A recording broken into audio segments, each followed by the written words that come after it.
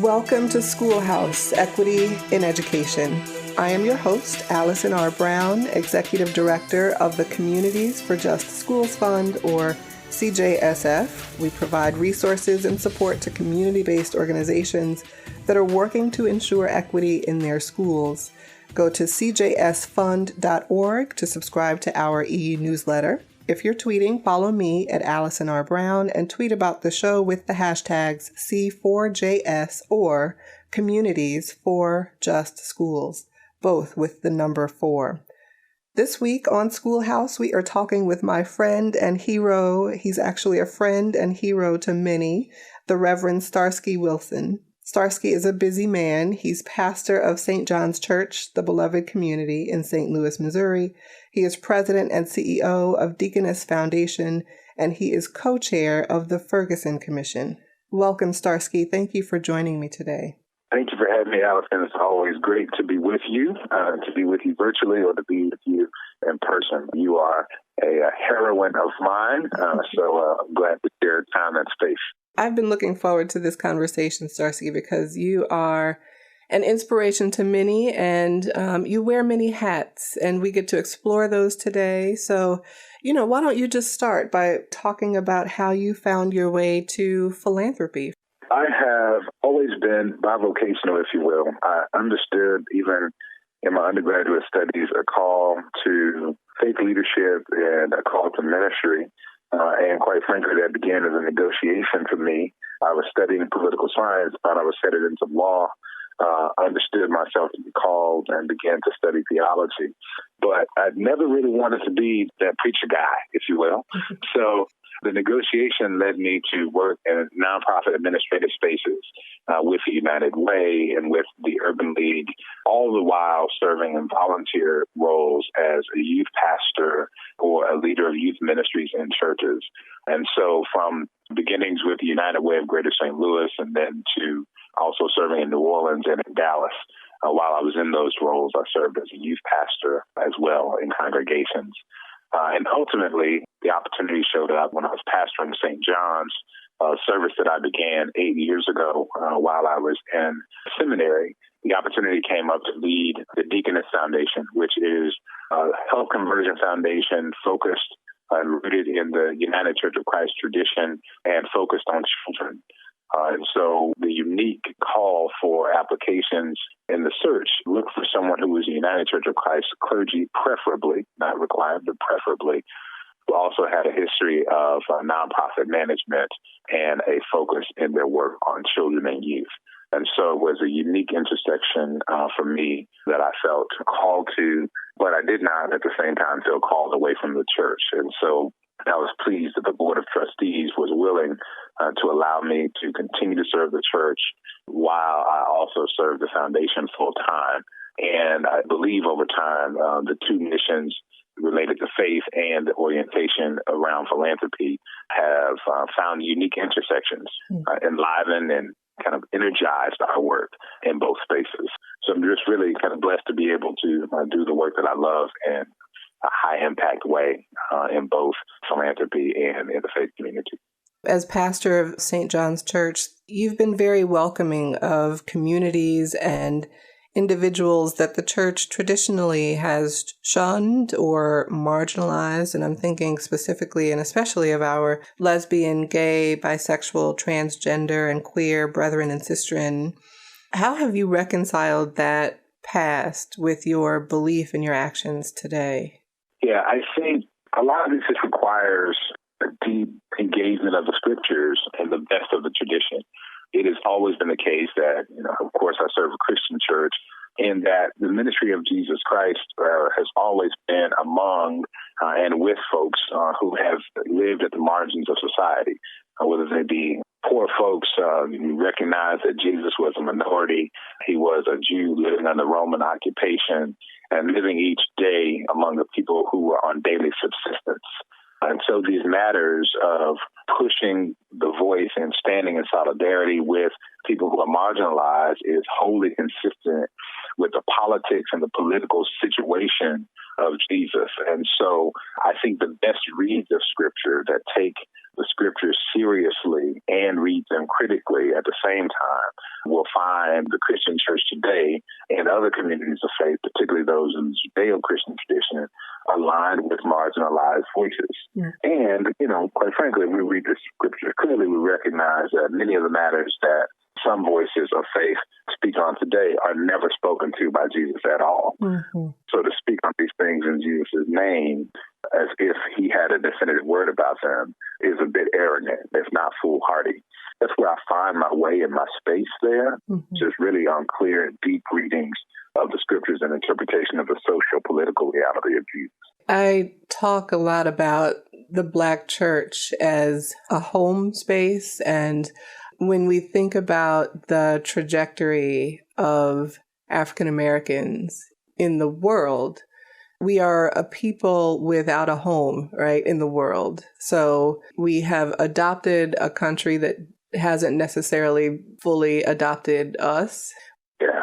We don't necessarily have a belonging in the world. Even folks from the diaspora, my husband is West Indian and he has a connection to that place, a home connection to that place. And, African American people have really built a home in each other in this country.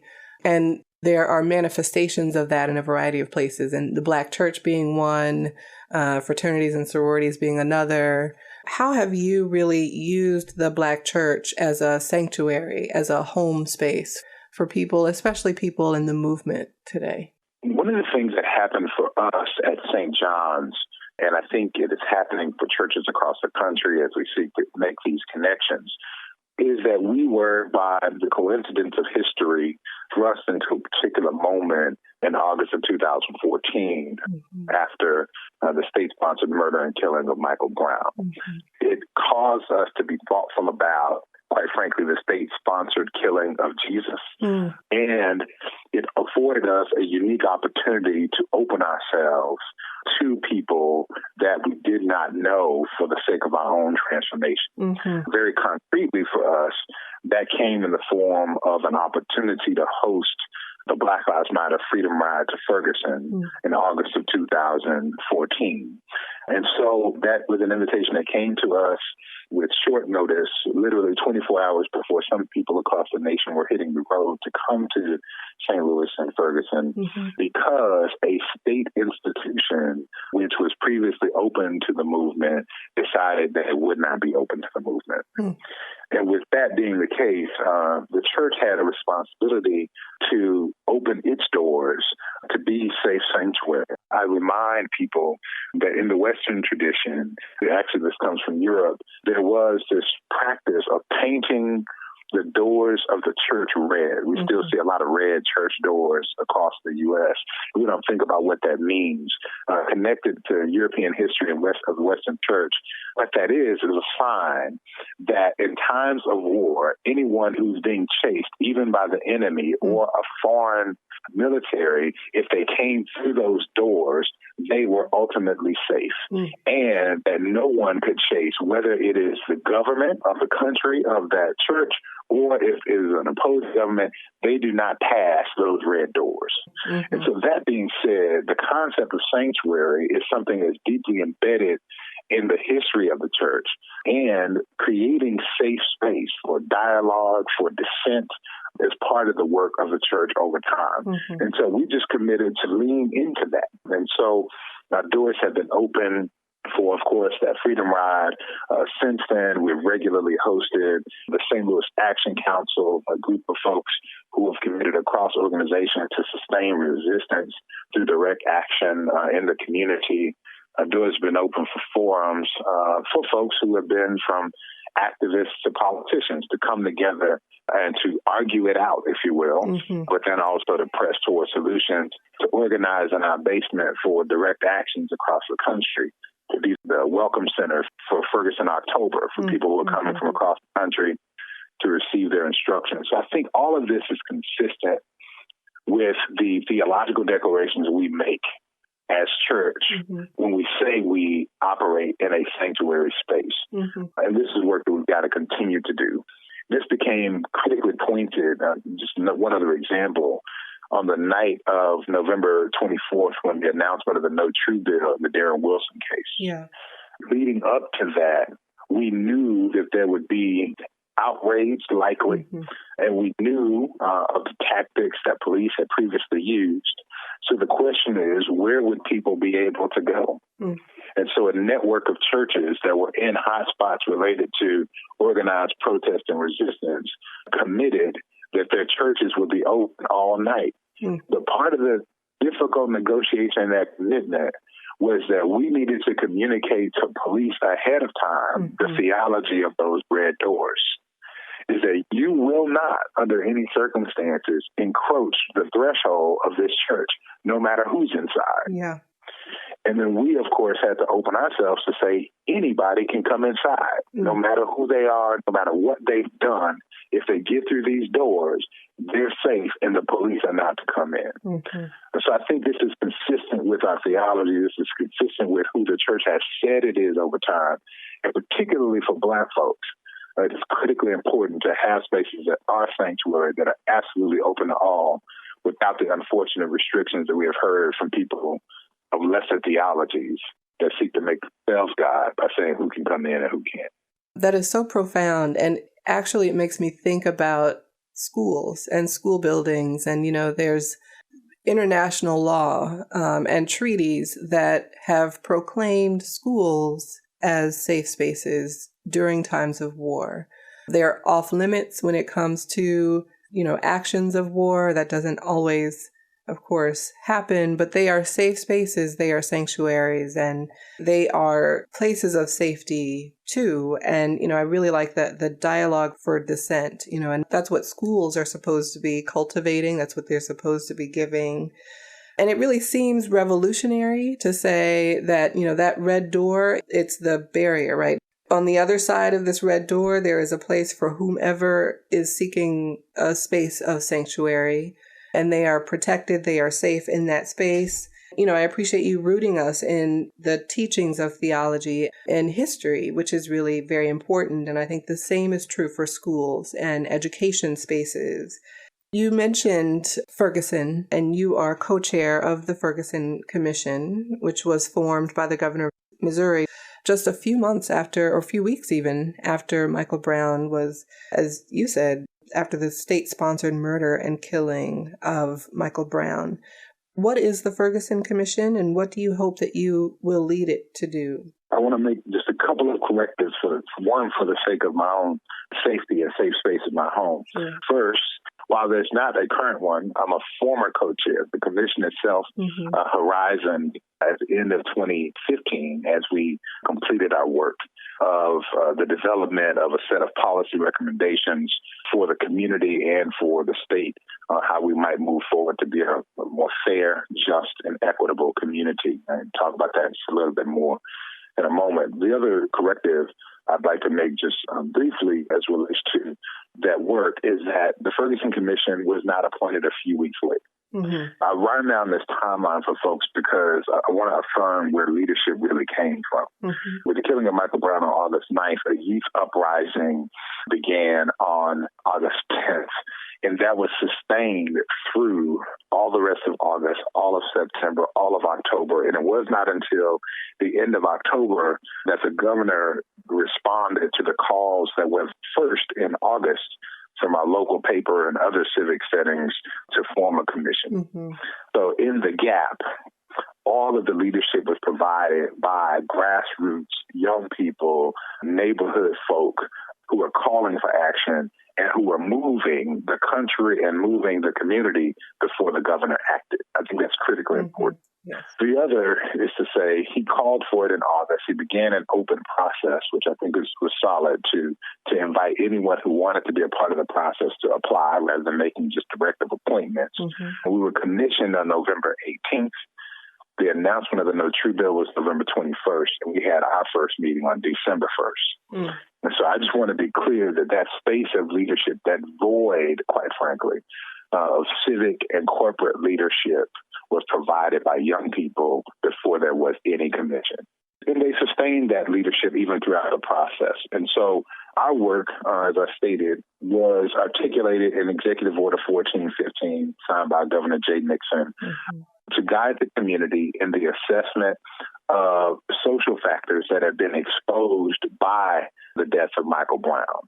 And there was a long list, of course. These things are economic, they're educational, they're social. They have to do with community stability, family stability, education, transportation, housing. And so with that wide range of topics, we invited the community to help prioritize our work so that we could deliver to the community a set of policy recommendations on how we might move forward. And we were to do that by the end of 2015. And I should say we ultimately delivered our report on September 14th, 2015. So we're now coming up on the anniversary of the delivery of the report. Mm-hmm. As we talk about that, we went about our business and community informed by the work of a scholar by the name of Lindsay Lupo. Lindsay Lupo wrote in a book called Flag Catchers, 100 Years of Riot Commission Politics in America, the ways in which we have used uprisings and managed people's energy through commissions in order to make it look like executives are being responsive when they're not, mm-hmm. and in order to put down the righteous energy of uprisings. And so part of what we understood as our responsibility was to use the commission as rather an organizing tool, whereby we could take the community's input rather than manage the community's energy. Mm-hmm. And so what we were able to do from December 1st, 2014 through really our last meetings in December of 2015, even after we delivered the report, was to engage the voices of 3,000 citizens, mm-hmm. to marshal more than 30,000 volunteer hours, and to host more than 60 meetings, public meetings in different settings throughout the St. Louis region, to take a regional approach, not just a small segmented city of Ferguson approach, to say these are the things that are our aspirations as a community. Mm-hmm. And those aspirations I tend to speak of in one sentence. This is what the community said, the highlights of the report, is that we desire to put youth at the center of our community's dialogue and policy discussions, mm-hmm. that racial equity will be the aim that we seek, mm-hmm. and that in doing so, we will assure that all people have access to opportunity and justice. Mm-hmm. And so there we speak to the four core elements of the report. Its cross-cutting theme of racial equity, its intent. On the very first page, we say we understand it's hard to talk about, but this is about race. Mm-hmm. And its commitment to youth at the center. So you see a whole set of recommendations that are built around child well-being.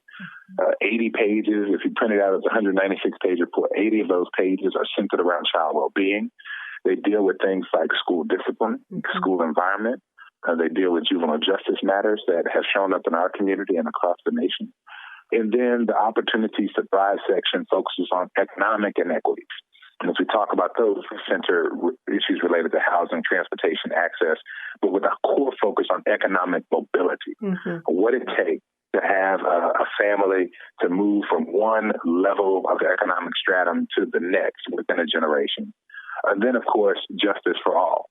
These matters related to policing and the courts that got us here in the first place, but illustrate, quite frankly, the alignment of economics to lock up poor people based upon inconsistent uses of the justice system. Mm-hmm. So it's our hope that what we were able to do throughout that process was to affirm the work and to, in some ways, legitimate the work of activists and organizers throughout the St. Louis metropolitan community and deliver with them and with their input policy recommendations that can be pushed and now have the sanction of what was officially a state bureaucracy. Mm-hmm. So that's what the commission was. We're a state department, essentially. And now with that affirmation, they have the capacity to continue to push, and some of us are pushing with them directly, some of these issues at the state level in our cities and in the St. Louis metropolitan region. I think that perspective and that positioning of the commission as the wind at the backs of the folks who are actually the leaders of the work is really instructive, certainly for philanthropy and for others in such a position. You know, it makes me think about, of course, the Vision for Black Lives, the policy platform of the Movement for Black Lives. And as Black Lives Matter was gaining momentum after Michael Brown was killed, we heard constantly from folks who were asking, well, what do they want? What are they asking for? What is their policy platform? Although it was out there and readily accessible and heavily repeated by activists in the movement. But now there is this policy platform that really captures all of it and is available for folks to view and see. And so, with that orientation that you've described to, not manage communities' energy, right, but to really propel it forward. With respect to that policy platform, how do you see the Ferguson Commission playing a role in implementation and or support of that policy platform? Yeah, I think there's significant alignment between the Commission's recommendations, although I will be very clear and transparent that the Vision for Black Lives goes much further. We saw our responsibilities as regional, and again, we had a diverse set of voices that were gathered around the table, from corporate interests to philanthropic ones to educators. And we probably had, I'm sure that we had more voices for reform and reformation around our table than the policy table. I know some of the folks that are at the policy table for the Vision for the Movement for Black Lives in the vision document, those are more transformation voices. And so it's helpful for us to be thoughtful about the distinctions between the two and to affirm those who are seeking to transform, it seems to me. But I think part of our work is to continue to advance how a community can move forward on these issues and create a response that actually affirms the voices of neighbors, of affected folks. So one of the distinctions we make that we've seen, although we have in St. Louis and Ferguson, specifically the Commission, had conversations of counsel with other communities that have seen these kinds of racialized flashpoints and seen police killings. We've not seen another community take the opportunity to take as expansive an approach to establish a community-informed way forward that directly engages the voices of folks. So I think part of our responsibility as a commission is first to hold up and be thoughtful about the model for how we did this work. There was an innovation on the historic riot commission politics of America. And so we took some time to document a bit of a community playbook. We had the support of the Robert Wood Johnson Foundation, not just of our process, but to say, document this process because unfortunately you won't be the last ones. And so that community playbook is part of it. And part of what we're saying in it is that you've got to turn to the community for the answers, not turn to the PhDs. Listen to them, but don't turn to them as, taking stuff off the shelf as the answer. So I think that's part of our responsibility. We also have the responsibility that this was a diverse group of commissioners with voices that get to go in different places. So my voice comes back into the world of philanthropy explicitly. My voice comes into the world of faith, as well as the voice of Reverend Tracy Blackman, my dear friend and sister, who's now the Executive Minister for Justice and Witness Ministries for the United Church of Christ, that we take the work that we did there and we take it into the space of faith. My co-chair, Rich McClure, was the president of our local chamber, the president of the collaboration of the largest 33 employers in the St. Louis metropolitan community. He has to take his voice back to the corporate community and seek to affirm and align these recommendations with the actions of these disparate sectors. So that's part of our work now. And we have the ongoing work, and we've set up a vehicle called Forward Through Ferguson, which follows the name of our report, Forward Through Ferguson, which can be found at forwardthroughferguson.org. We've also set up a nonprofit that has the responsibility for educating the community on racial equity and helping to support collaboratives that are advancing the policy recommendations in those 4 buckets of racial equity, opportunities to thrive, youth at the center, and justice for all. And so in as much as we are helping to raise funds and support and also seek to drive the actions and support the education of the community, those are things that we have responsibility for, both individually as commissioners going back into these different sectors, and then also collectively as we set up these follow-up mechanisms so that the report's recommendations don't become dust on a shelf. You mentioned history and building forward by understanding history. And I keep saying that one day I'm going to be like you and go back to school for my PhD, like like you are doing right now. I think a law degree is certainly important, but a PhD will really let me get my hands into the scholarship and thinking deeply on issues of importance. But if I ever get there, I would really love to study history, mostly because things go in cycles. And what we see today likely has happened before, whatever it is that we're seeing today.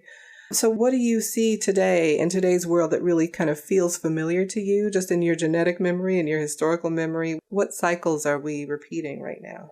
Yeah, no, I appreciate that.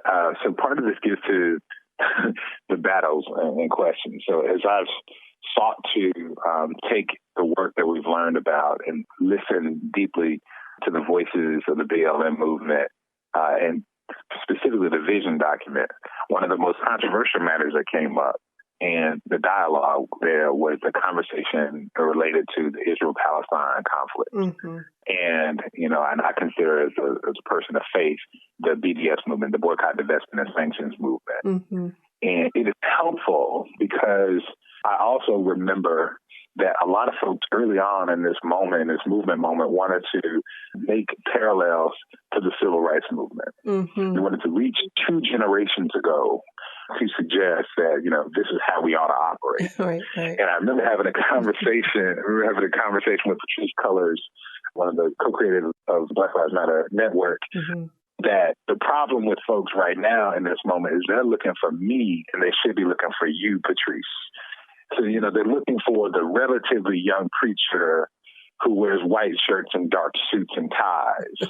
because that's familiar. Right, that's familiar civil rights movement stuff. Mm-hmm. But the challenge what the BDS and the Israel-Palestine conversation reminds us of is that we don't have to go 2 generations ago. We only have to go 1, mm-hmm. because it was 1994 when we were dealing with the breakdown of apartheid in South Africa.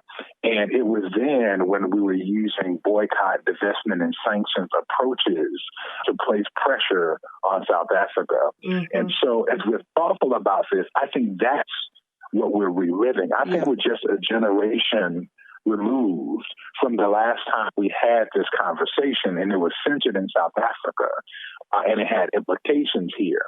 And because it didn't, because it wasn't so present for us in the U.S., mm-hmm. we think back to civil rights rather than thinking back to the anti-apartheid movement.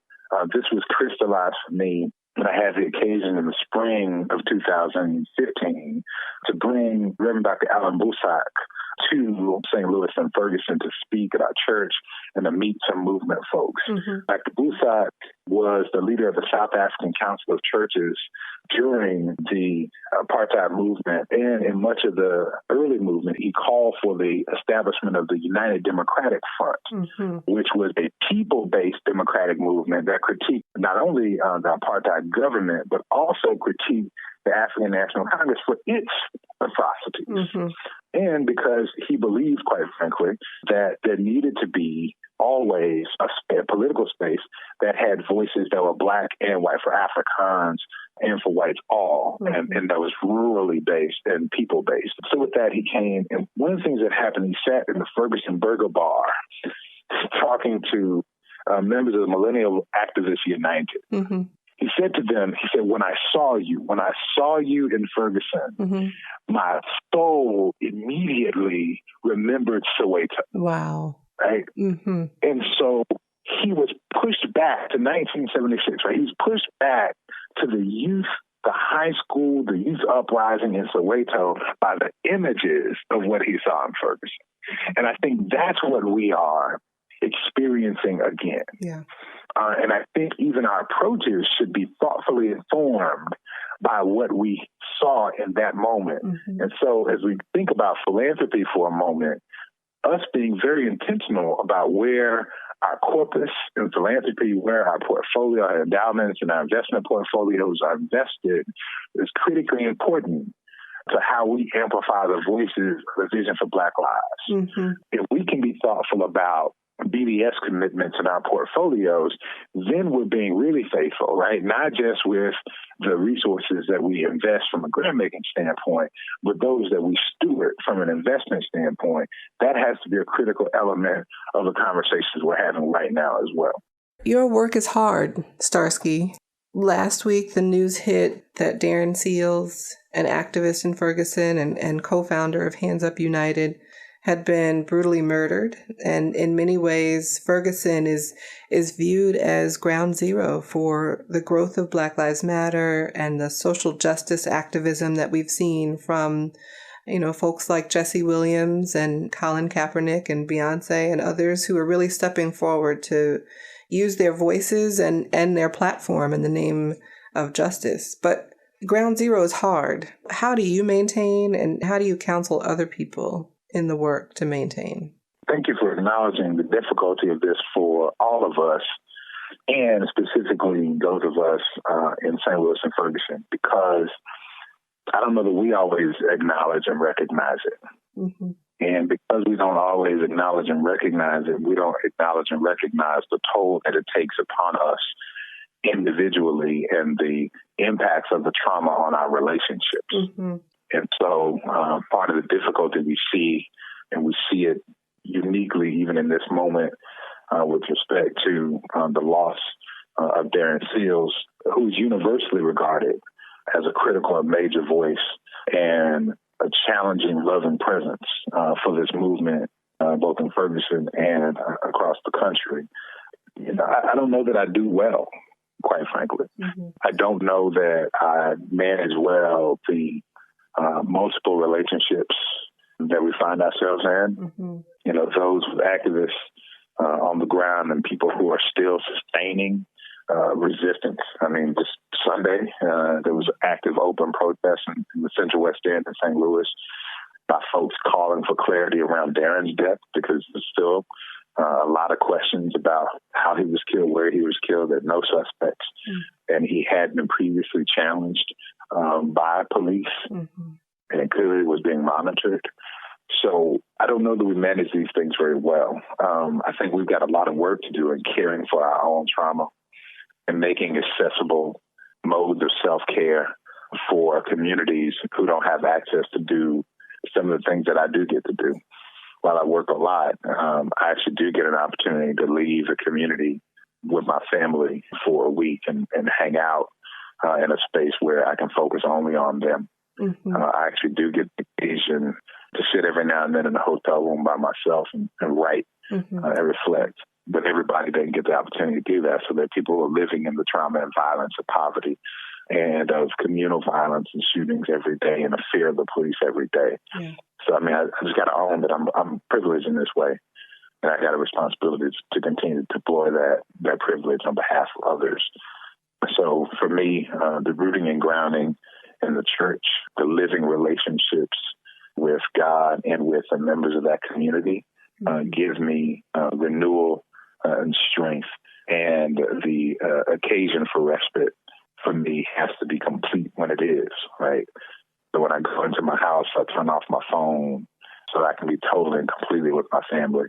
When I go away on trips, every now and then, if it's within 4 hours, I drive so that I can have a space to think without, radio or anything for clarity of thought and of mind and sometimes of centering. Mm-hmm. But I recognize that, the work is hard. But when you have to live in it, it's much harder. And so there are a whole lot of folks who don't have these privileges, unfortunately. That vulnerability and pain is very real, and it's part of the human experience. And today's trauma is certainly compounded by historical trauma, and I thank you for being willing to speak that. Stories are really important. They're an important part of the work that we do. That anecdotal evidence is really critical to move systems in the right direction, to move public minds and hearts. We're always asking for and looking for stories just as people. And so we often close this show with a story from our guest. So what is your story, Starsky Wilson? Who are you, and why is this work so important to you? Thank you. I am shaped by a number of experiences. the earliest story I really remember that is formative for me is the goodbye that I had to give and didn't recognize it was a goodbye. But the goodbye I received from my father at the age of 3 at a local store. I recall the things that he purchased from me. I recall them in a context that they were wholly inappropriate. I recall a 2-liter of soda. And I recall some small snacks. And I recall receiving them at a neighborhood market not far from the apartments where we lived in Dallas, Texas. You know, noting that that's the last time I saw my father. And that goodbye next connects with the significant story of me connecting really closely with my brother after he had been shot in the leg in communal violence, and really appreciating the time that I had to nurture and take care of him when he couldn't take care of himself as his little brother, because it helped me to reconnect our relationship that had been kind of separated by the fact that he was spending more time out in the neighborhood, and appreciating that time even more when shortly after, just about a year later, I was visited with the images of his death when he was murdered by a friend's arrival, if you will, in the drug game in the streets, when that friend's rival came over to the house where my brother was visiting and murdered him, murdered the friend, murdered the friend's brother, and even their grandmother, everyone who was in the house. And so, in so many ways, these experiences of loss and connection, of trauma and violence that have to do with the closest presence of men in my own life have shaped and formed me for this work. And in many ways were triggered on August 9th in a wholly different way. All of these stories were, over the course and time of my life, also placed in conversation with communities of faith. My teacher in Vacation Bible School and Sunday School, Troy Dunlow, at Eden Baptist Church. My mother, who was always either a youth director or a training union director in my church, a leader in Christian education, that helped to shape and inform me, and people like my brother and elder Kevin Atkins, a young minister who served the youth of my church when I was a teenager. And so those situations of loss in neighborhood and community and personal family life were always balanced by the presence of faith in God and the faith community. And so it was crystallized when I preached my first sermon when I was in college. And my mother stood up after I preached. She had never told me. She talked about how when I was a baby, my first pastor told her that I would be a preacher. And she said, I don't know how to raise no preacher. She had the experience, quite frankly, of the fact that I had 2 uncles who were also preachers. And it wasn't a positive narrative at that point for either one. She really didn't want that for me. She said, I don't know how to raise a preacher. And because she's a single mom, she said, I really don't know how to raise a preacher by myself. But she said then, but thankfully I never have had to, because the church has always been with me. And so that's my story, is that through the loss and through the difficulty and pain and trauma, God and the church have always been with me, helping to shape me. And so I owe all that I have to God and to be that witness wherever I go, to try to offer that to other people wherever they find themselves. That's my story. Wow. I'm sticking to it. Thank you. You like conscious Oprah and whatnot. This is great. I don't know when you're gonna get time to do your PhD. You gotta, I know. You gotta take this show on the road. You know what? I'm gonna use that as my conscious Oprah. I'm using that. I'm putting it somewhere. I don't know where. I'm putting it somewhere. Oh, that's great. That's great. Starsky Wilson is pastor of St. John's Church, the beloved community in St. Louis, Missouri. He is president and CEO of Deaconess Foundation, and he is the former co-chair of the Ferguson Commission. Starsky, thank you so much for being on SchoolHouse today. This has been my absolute pleasure. Thank you, Allison, for having me, and thanks to all the folks who are following your heroic leadership. God bless you. God bless you. And if folks want to find you, how can they do that? Online website or social media presence? Our website at Deaconess is just deaconess.org. Our church is sjUCCSTL.org. And on social media, I am REV Starsky, Starsky, on Instagram, Twitter, and I'm also on Facebook by my name. Thanks to everyone for listening in. Remember that you can follow me at Allison R. Brown on Twitter and sign up for the Communities for Just Schools Fund newsletter at CJSFund.org. Thank you all for listening and have a wonderful week.